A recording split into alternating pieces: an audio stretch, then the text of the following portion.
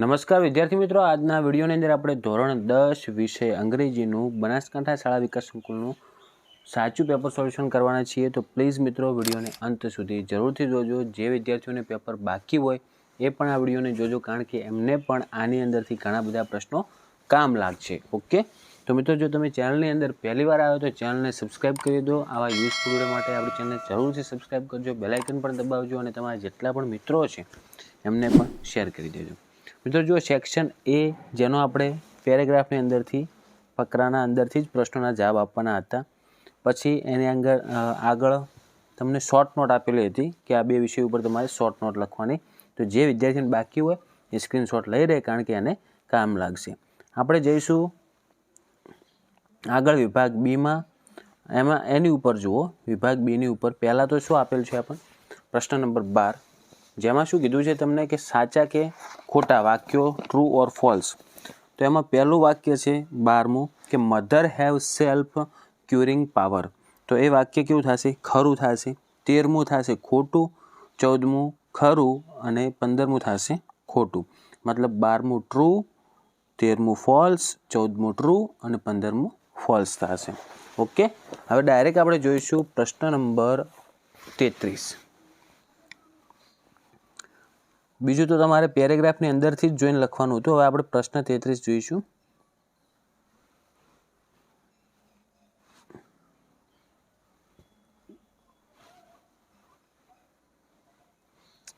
જુઓ, જે section C વિભાગ છે એની અંદર તમારે ફંક્શન્સ અને વગેરે ગ્રામર આપેલું છે. તો ત્યાં પહેલો 33મો પ્રશ્ન છે, જેમાં તમારે જવાબ આવશે મિત્રો બી.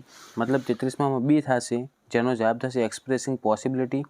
પછી 34મું ઉદાહરણ છે એ છે મિત્રો સી, એનો જવાબ થશે એટલે કે ડિસ્ક્રાઇબિંગ એન એક્શન, એનું વાક્ય છે. અને 35માં જવાબ આવશે A, describing the past event.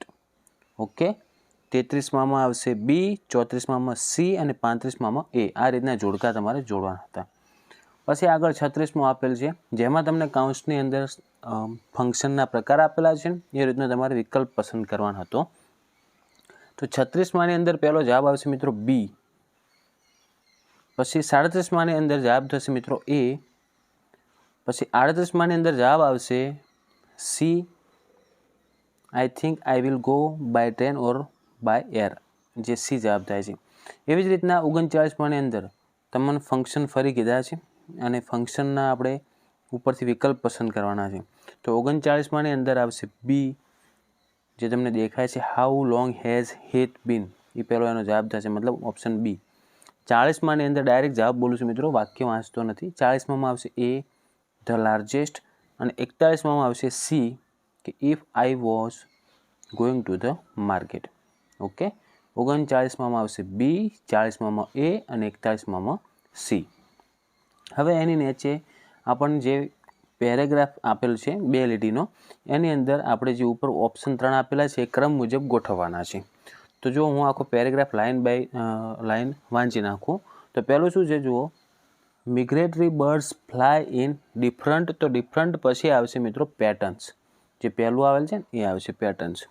પછી બીજી જે ખાલી જગ્યા છે એની અંદર આવશે મિત્રો ફોર્મેશન. ઓકે, એની અંદર શું આવશે? ફોર્મેશન. અને જે છેલ્લી ખાલી જગ્યા છે એની અંદર આવશે ટ્રાવેલ. તો આ રીતનો એનો જવાબ આવશે. પહેલી ખાલી જગ્યામાં આવશે પેટર્ન્સ, બીજીમાં આવશે ફોર્મેશન અને ત્રીજીની અંદર આવશે ટ્રાવેલ. ઓકે, હવે આપણે જોઈશું 43મો પ્રશ્ન, જેમાં તમારે નિયરેસ્ટ મિનિંગ લખવાના હતા. તો તમે જોઈ શકો છો, પહેલું છે બોસ્ટ. તો એનો નિયરેસ્ટ મિનિંગ થશે મિત્રો શો ઓફ. પછી 44મો છે રિટેન. તો એનો થશે કીપ થશે, કીપ. ઓકે, અને 45મો છે ઓબ્સ્ટેકલ. તો એનો થશે મિત્રો ડિફિકલ્ટી. તો જે બીજા નંબરમાં તમને દેખાય છે એ.